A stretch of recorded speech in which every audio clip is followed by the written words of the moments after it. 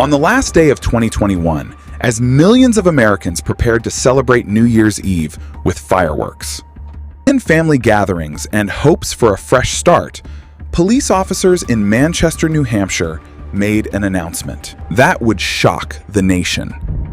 They revealed that a little girl named Harmony Montgomery had been missing for nearly 2 years. Even more disturbing, nobody could say with certainty where she was, who had last seen her alive, or whether she was still alive at all. It was the kind of revelation that immediately raised a chilling question. How could a 5-year-old American child disappear without anyone noticing for so long? Because in a country filled with schools, doctors, neighbors, child protection agencies, and law enforcement, how could a little girl simply vanish into thin air? The mystery quickly transformed into one of the most heartbreaking child abuse cases in modern America, exposing devastating failures by adults and institutions that were supposed to protect Society's most vulnerable children. But to understand how Harmony disappeared, we have to go back to the beginning. Long before police searched apartments, dug through dumpsters, and questioned family members, Harmony Montgomery entered the world. On June 7, 2014, born into circumstances that were already unstable, her parents struggled with substance abuse and addiction, and repeated encounters with the criminal justice system. Instead of entering a home filled with safety, instead of stability and security, the child's earliest years were marked by uncertainty. Her biological mother faced significant personal challenges. She worked to maintain custody of her children, while the child's biological father spent much of his adult life facing ongoing personal and legal challenges. Cycling in and out of prison. Like countless children born into families struggling with addiction, Harmony had no control over the environment she entered. She depended entirely on adults to keep her safe, yet those adults were already fighting battles that often left little room for stable parenting. As state child welfare agencies became involved, Harmony spent time in foster care, where caregivers described her as a sweet, energetic little girl, with a bright smile despite the chaos surrounding her.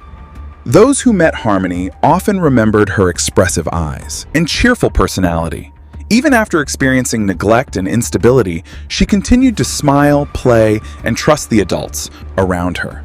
That innocence makes what happened later even more heartbreaking. During her early years, Harmony suffered a serious injury that permanently affected one of her eyes. Reports later revealed that her father admitted striking her in the face, causing blindness in the eye. Despite the severity of the injury, the criminal consequences at the time were limited, and Harmony eventually remained connected to the same parent accused of abusing her. Years later, investigators and child advocates would question whether that incident should have triggered stronger intervention. Many would wonder whether the warning signs had been visible all along. In February 2019, a family court decision dramatically changed. Despite his extensive criminal record, history of violence, and documented substance abuse issues, Adam Montgomery was awarded custody of Harmony. At the time, officials believed placing her with her biological father was preferable because her mother was struggling with addiction and housing instability. On paper, it may have appeared to be the best available option. In reality, investigators would later conclude that the environment presented serious concerns for the child's well-being. Dangerous. Adam was living in New Hampshire with his new wife, Kayla Montgomery, and several children in unstable housing conditions. The family frequently moved between apartments, shelters, hotels, and temporary residences. Financial hardship, unemployment, addiction, and domestic conflict created an atmosphere filled with constant stress. Yet despite these conditions, Harmony was expected to adapt and survive. Friends and acquaintances who later spoke with investigators described a household marked by volatility. Adam was known for his temper, controlling behavior, and violent tendencies. Multiple witnesses later reported seeing injuries on Harmony, including black eyes and bruises. Some claim they saw Adam physically assaulting the little girl. One witness recalled Adam. Witnesses later described deeply troubling conditions inside the home. Another account recalled incidents that raised serious concerns about the child's well-being. Corner for hours as punishment. Whether each allegation could be independently verified, together they painted an alarming picture. As investigators gathered more information, additional accounts from people close to the family began to emerge. Voiceover testimony. Adam allegedly admitted to him that he had repeatedly struck Harmony because she had been having bathroom. Kevin claimed Adam confessed to punching the 5-year-old in the face multiple times. Horrified, Kevin reportedly contacted authorities and attempted to alert child protection officials. Yet despite those warnings, Harmony remained with her father. As the months passed, warning signs continued to accumulate. Harmony gradually disappeared from public view. She was not enrolled in school. She rarely appeared outside the home. Neighbors who occasionally saw the family often noticed only the other children. Because Harmony was not attending kindergarten regularly and her family moved frequently, there were few consistent adults able to recognize that something was terribly wrong. It was a perfect storm of bureaucratic gaps. One system might have noticed her absence. Another system assumed someone else was monitoring her well-being. Meanwhile, Harmony herself had no voice powerful enough to break through the silence surrounding her life. During late 2019, the Montgomery family's housing situation becoming increasingly unstable, reportedly living in cars, shelters, and temporary accommodations, according to witnesses. Later described seeing the children crowded into vehicles for extended periods during cold New England weather. Money was scarce. Food was limited. Tension inside the family continued growing. Investigators would later reconstruct these months almost entirely through witness statements because Harmony herself could no longer explain what she experienced. According to later court testimony, around November or December of 2019, Harmony was still alive but appeared increasingly withdrawn. Multiple witnesses described seeing bruises and injuries that raised concerns. One particularly disturbing account alleged that Adam became enraged whenever Harmony had bathroom accidents, responding with severe physical punishment. Whether anyone outside the family fully understood the extent of the abuse remains uncertain, but several people later admitted they suspected something was wrong. Unfortunately, suspicion alone did not save Harmony. Then came the period investigators believe marked the beginning of the end. According to prosecutors, sometime in early December 2019, Harmony suffered a fatal assault while the family was living inside their vehicle. The details presented later in court were almost unimaginable. Prosecutors argued that Adam repeatedly struck Harmony in the head after she had another bathroom accident. Instead of seeking emergency medical treatment for a critically injured 5-year-old, authorities alleged he allowed her to die. If those allegations were true, Harmony's final hours were not spent surrounded by people trying to save her life, but trapped with the very person responsible for protecting her. Yet, what happened afterward would become even more disturbing. According to testimony from Adam's wife, Kayla Montgomery, Harmony's body remained inside the family's vehicle for some time after her death.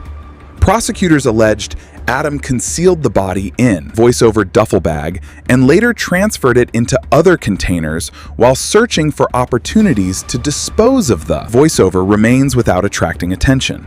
Kayla later testified that she saw Harmony's body on multiple occasions as Adam moved it between locations. Those allegations horrified the courtroom because they suggested not a momentary act of panic, but a prolonged effort to conceal a child's death. Investigators believe Harmony's remains were eventually disposed of somewhere that has never been located despite extensive searches involving law enforcement, cadaver dogs, forensic specialists, and search teams. This day, Harmony's body has never been recovered. That heartbreaking reality continues to haunt investigators and the volunteers, who spent countless hours searching wooded areas, rivers, abandoned buildings, and landfills hoping to bring her home. While Harmony was gone, life appeared to continue around the Montgomery family. They kept moving from place to place. New relationships formed. Daily routines continued. Without a body, without a missing persons report, and without immediate questions. From schools or medical providers, Harmony's disappearance remained hidden. The little girl who had once smiled despite life's Over time, her story gradually faded from public attention because very few people realized she was missing. Later explained that she repeatedly tried contacting Adam to see Harmony. According to her, Adam offered excuses, claiming Harmony was staying with relatives or refusing visits for various reasons. Because Crystal herself faced challenges including homelessness and addiction recovery, her ability to force legal action was limited. Still, she continued asking about her daughter, ever imagining that Harmony might already be dead. Months turned into more than a year. Birthdays passed. Holidays. The seasons came and went. Holiday A little African-American girl who should have been learning to read, riding bicycles, and laughing on playgrounds simply ceased to exist in the public eye. Eventually, in late 2021, Crystal became increasingly desperate after receiving no credible information about Harmony's whereabouts. She contacted authorities and insisted something was terribly wrong. That call would finally trigger the investigation that should have begun much earlier. Detectives quickly discovered something deeply alarming. No one had independently verified Harmony's location for nearly 2 years. Schools had no recent records. Doctors had no recent appointments. Family members. The accounts provided by those involved changed over time, with different explanations about the child's whereabouts. create more questions instead of fewer. Investigators soon realized they were no longer searching for a recently missing Child, they were trying to reconstruct the life of a little girl who had effectively disappeared years earlier. News. Voiceover news of Harmony's disappearance exploded across television networks, newspapers, and social media throughout the United States. Parents everywhere looked at photographs of the smiling 5-year-old with the damaged eye and asked themselves the same heartbreaking question: where? is Harmony Montgomery. Search warrants multiplied across New Hampshire as investigators examined apartments, vehicles, electronic devices, and witness. Every new discovery painted an increasingly grim picture. Detectives were no longer simply looking for a missing child, they were uncovering what prosecutors would later describe as a prolonged campaign of abuse, neglect, deception, and concealment. As public attention intensified, law enforcement officials promised they would follow every lead, no matter how old, no matter how dark. No matter how difficult, until they uncovered the truth. But the deeper investigators dug, the more horrifying the evidence became. And before long, the focus of the investigation shifted from finding Harmony alive to determining exactly who was responsible for making sure the little girl would never be seen again. As investigators from the Manchester Police Department, the New Hampshire Attorney General's Office, the FBI, and numerous partner agencies intensified their search for answers, it quickly became clear that this would not be a typical missing child investigation. In most cases, detectives begin with a recent disappearance, a known timeline, surveillance footage, eyewitnesses, and physical evidence that still exists. But in Harmony Montgomery's case, investigators were trying to solve a mystery that had remained hidden for nearly 2 years. Every day that had passed since Harmony was last seen meant more memories had faded. More evidence had disappeared, and more opportunities to uncover the truth had been lost. Yet detectives refused to accept defeat. They began rebuilding Harmony's final months piece by piece, interviewing anyone who had ever crossed paths with the Montgomery family. Former neighbors, landlords, shelter employees, social workers, relatives, friends, and acquaintances were all asked the same haunting question: when was the last time you saw Harmony? The answers varied, but a troubling pattern. As more information emerged, nearly everyone remembered seeing the family together. Yet very few could clearly recall one particular child. Seeing Harmony after the fall of 2019. As investigators dug deeper, they realized that Harmony had quietly disappeared from the family's daily life long before anyone officially reported her missing. Detectives retraced every address where the Montgomery family had lived, discovering a chaotic trail of temporary apartments, shelters, hotels, and vehicles. The family's constant movement made tracking Harmony's whereabouts extraordinarily difficult. Each new location required fresh interviews, new search warrants, and another attempt to identify witnesses who might have seen something significant years earlier. Investigators meticulously reviewed rental records, utility bills, cell phone data, financial transactions, and surveillance footage wherever possible. They searched for any indication that Harmony had been alive after late 2019. Instead, they found silence. That silence itself became evidence. As public attention intensified, authorities announced a reward for information leading to Harmony's whereabouts. News stations across the United States repeatedly aired her photograph, showing the smiling little girl with one damaged eye, hoping someone might remember seeing her. Tips flooded into law enforcement from across New England and beyond. Hundreds of calls poured in from concerned citizens, many believing they had spotted Harmony somewhere. Each lead had to be investigated, no matter how unlikely. Detectives traveled across state lines, followed anonymous tips, and verified reports one by one. Every potential sighting ended the same way, with disappointment. Meanwhile, forensic teams executed search warrants at multiple former residences connected to the Montgomery. Specialists wearing protective suits carefully examined apartments that had long since been vacated. Floors were removed, walls were inspected, carpets were tested. Advanced forensic technology searched for traces of blood, biological material, or evidence of Cleanup attempts. Even though years had passed, investigators understood that violent crimes often leave microscopic evidence invisible to the naked eye. Every sample collected was sent for laboratory analysis. Cadaver dogs were brought in to search properties where Harmony had once lived. Their highly trained senses could detect the scent of human remains even after considerable time had passed. Investigators also searched wooded areas, abandoned lots, rivers, and locations identified through witness interviews. Every promising lead generated hope among search teams, only to end without finding Harmony. The absence of physical remains presented one of the greatest challenges prosecutors would later face. Without a body, proving homicide beyond reasonable doubt would require overwhelming circumstantial evidence and credible witness testimony. Detectives knew they needed to reconstruct for not only what happened to Harmony, but also what happened afterward. During this phase of the investigation, investigators increasingly focused on another member of the household. At first, she provided limited information and said she was unaware of what had happened to Harmony. But investigators continued interviewing her over many months, carefully comparing her statements with evidence collected from other witnesses. They confronted inconsistencies, timelines, and contradictions. Gradually, Kayla's version of events began to change. Eventually, she agreed to cooperate with investigators under a negotiated agreement, providing one of the most detailed accounts of Harmony's final days. Her testimony would become central to the prosecution's case. According to Kayla, the family's living conditions during late 2019 had become desperate. Adam, Kayla, Harmony, and the other children were reportedly living inside the vehicle because they had nowhere else to go. The cramped conditions created constant stress. Food was scarce. Temperatures dropped as New Hampshire entered winter. The children spent long hours confined inside the vehicle while the adults struggled with addiction, unemployment, and homelessness. Prosecutors later argued that Harmony, only 5 years old, voiceover became the target of Adam's increasing anger. Kayla described repeated acts of physical abuse directed toward Harmony, particularly when the child had bathroom accidents.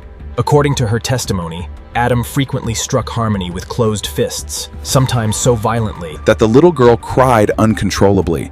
Kayla claimed she witnessed bruises, black eyes, and visible injuries but failed to intervene or contact authorities. During the trial, prosecutors acknowledged that Kayla herself had failed to protect Harmony, but argued that her testimony provided critical insight into what occurred inside the family's vehicle during those final. One of the most disturbing moments in Kayla's testimony involved the morning prosecutors believe Harmony died. She testified that Harmony had another bathroom accident while they were living in the vehicle. Adam allegedly became enraged, repeatedly striking Harmony in the head with his fist. According to Kayla, Harmony eventually stopped making sounds.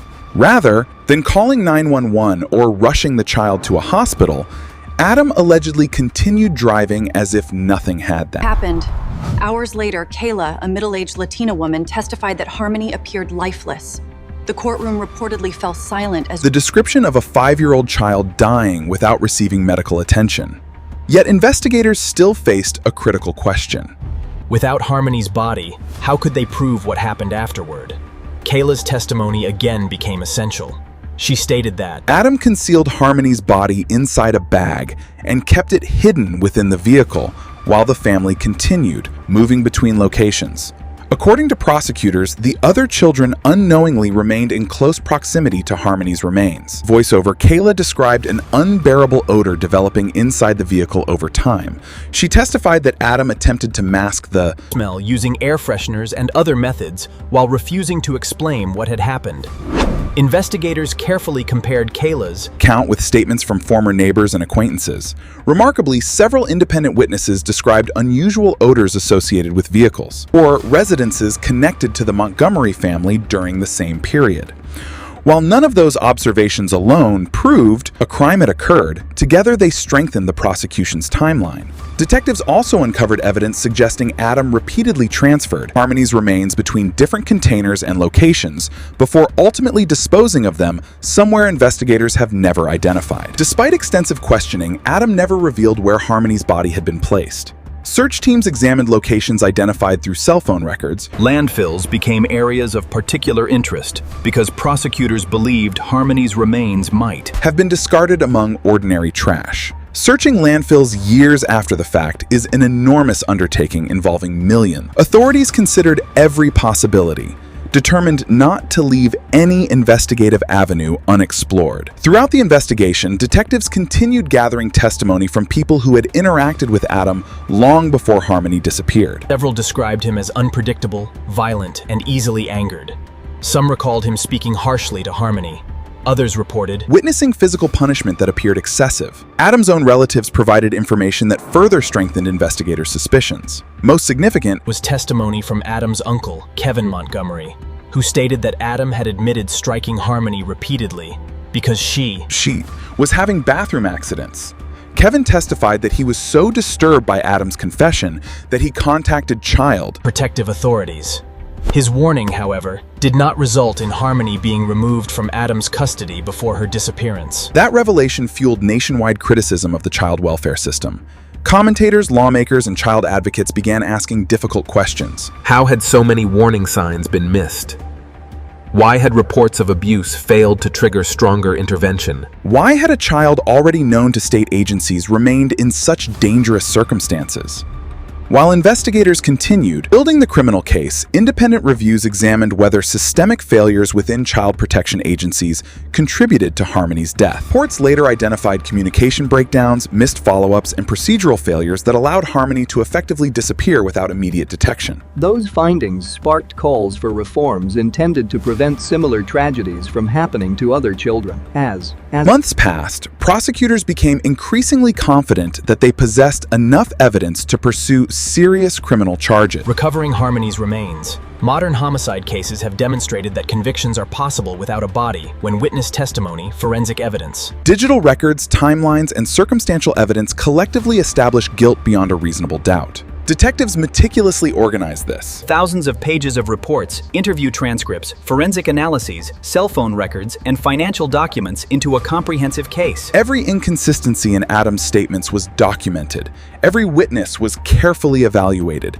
Every piece of physical evidence was preserved for trial. By now, the investigation had transformed from a desperate search for a missing child into a full-blown cold case, into one of the most significant no-body homicide prosecutions in New Hampshire history. The evidence continued pointing toward one conclusion. Harmony Montgomery had not simply disappeared.